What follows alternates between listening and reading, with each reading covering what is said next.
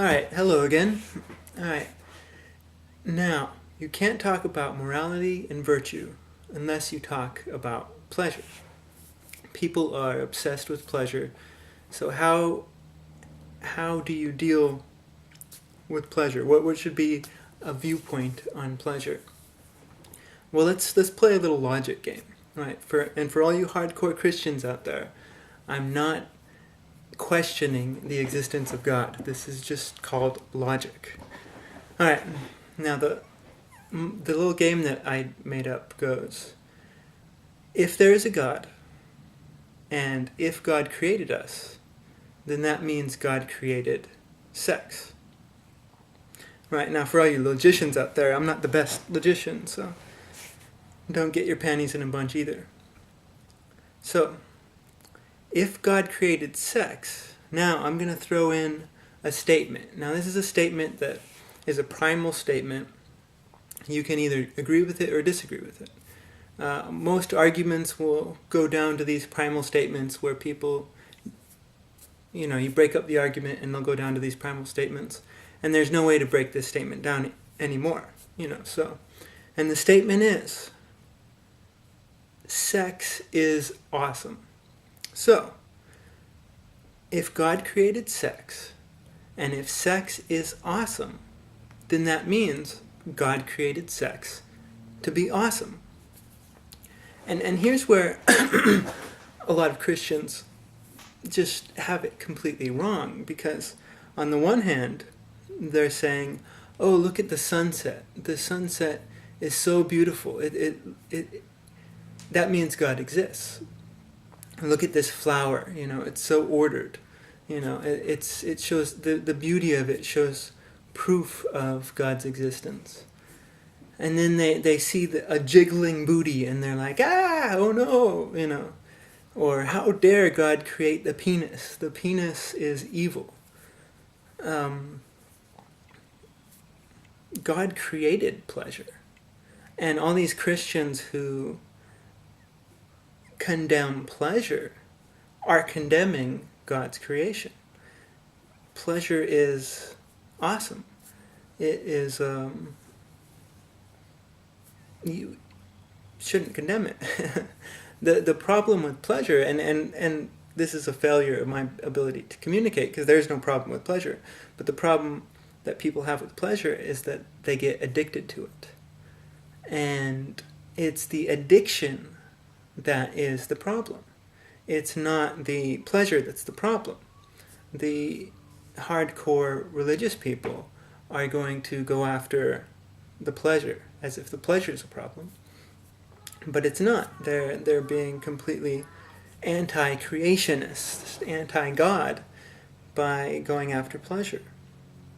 So again, we go back to the question of how you should deal with pleasure, because we haven't dealt with how one should view pleasure. And I think that you need to define what man is. What does it mean to be man? And I define man as someone who has a body, obviously. We have a mind, and we have a soul. Now, how would I define? Well, obviously, it's easy to define the body, How would you define the mind? The mind is our robotic mind, Everybody's afraid of the robots, Oh no, the Terminators are going to get us. Or we're going to create cyborgs.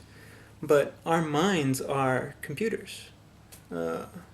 We are organic robots. And so our minds compute, they memorize, calculate, which is redundant. So these are our minds. Now, what's our soul, right? Now, I believe in the soul theologically, but you define soul philosophically as the imagination or as our abstract brains, right? This is the only thing that distinguishes us from a robot, like a Terminator-type robot. Or an animal, really. Well, one of the only things, animals can actually compute on a lesser level. They can actually memorize on a lesser level. So one of the only things that distinguishes us as human beings is that we can have imaginations and we can have we can abstract, we can philosophize. And that's what virtue is. It's your perspective on life. It's your abstract perspective on life. We talked about humility, and some people's abstract perspective on humility is this timid little,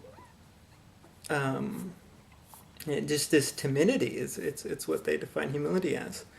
But I see humility in a different way. So so what do the three parts of us need, right? The three different parts of us. Our bodies need health. I wouldn't even say that they need a pleasure. In a little way, you could argue that they need pleasure because, and you need to live an active life. In order to live an active life, your body's going to get all these stresses in it, and in order to de-stress, the only way is through some level of pleasure. It doesn't have to be like just listening to Enya, or listening to music, or getting a massage, watching a little television. All of these are pleasure. Food is pleasurable. So in a way, our body does need some pleasure for health, but our bodies need health. Our minds need to work. We need to work our minds. We need to calculate and compute and memorize. And our souls need virtue. Our souls need morality. And there is this tension that exists between our bodies, our minds, and our souls. I mean, you can see this tension throughout human thought. You'll have the Stoics on the one side condemning the body, and you'll have the hedonists. Back in the day, I think you had some hedonists who would actually philosophically argue for hedonism. And you'd have so there is this tension that does seem to be there. One of my examples of a modern day Stoic would be somebody like Lenin. Lenin was this communist, obviously, and he created this perfect little world in his mind.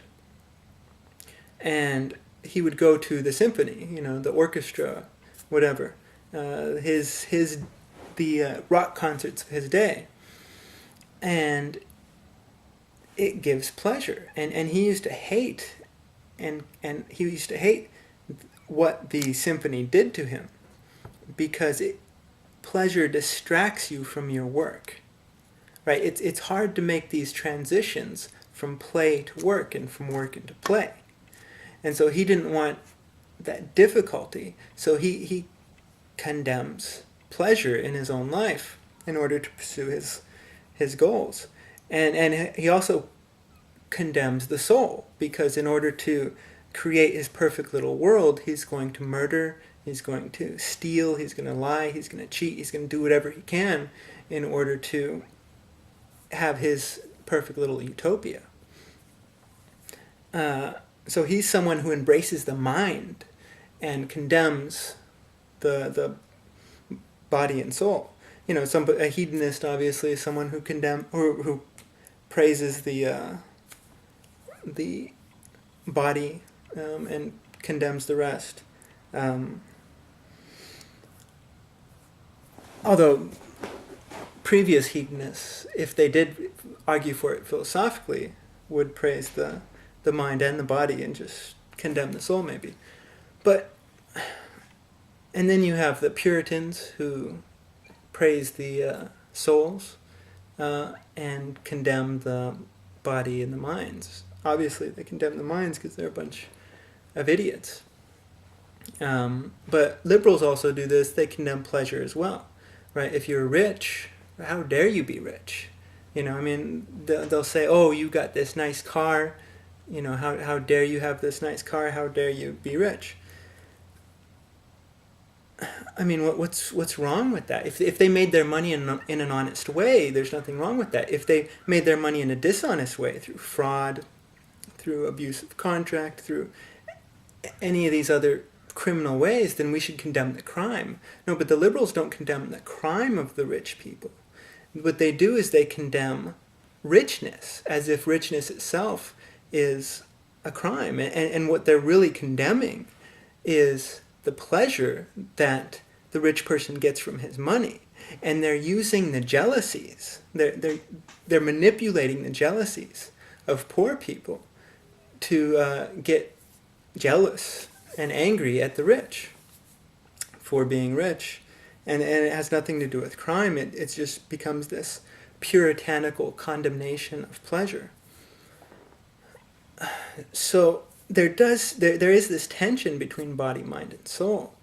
And that's where pleasure has all the problems, because once you become addicted to that pleasure, pleasure will take you away from your family. It'll take you away from your friends. It'll take you away from using your brain and going out there and living an active life.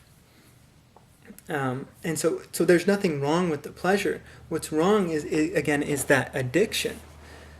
In 40-Year-Old Virgin, they say that he's putting the pussy on a pedestal, and that's a perfect analogy for what people do with pleasure. There's more to life than pleasure, and if you just pursue the pleasure and you don't pursue the other awesome stuff that's out there in life, you're harming yourself, you're harming your soul, you're harming your mind.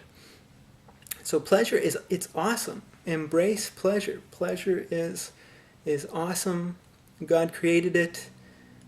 Embrace it. But it's just something that happens in your life. You're going along in your life, boom, pleasure happens, awesome. And then you keep going in your life, But if people put the pussy on a pedestal, if that's what they pursue as if it's something that they need, then that's where the problems begin. So what you need is harmony. You need harmony between your body, mind, and soul. You need to embrace all of who you are. Embrace it all. It's awesome. God created all of who you are. Embrace it. So get some.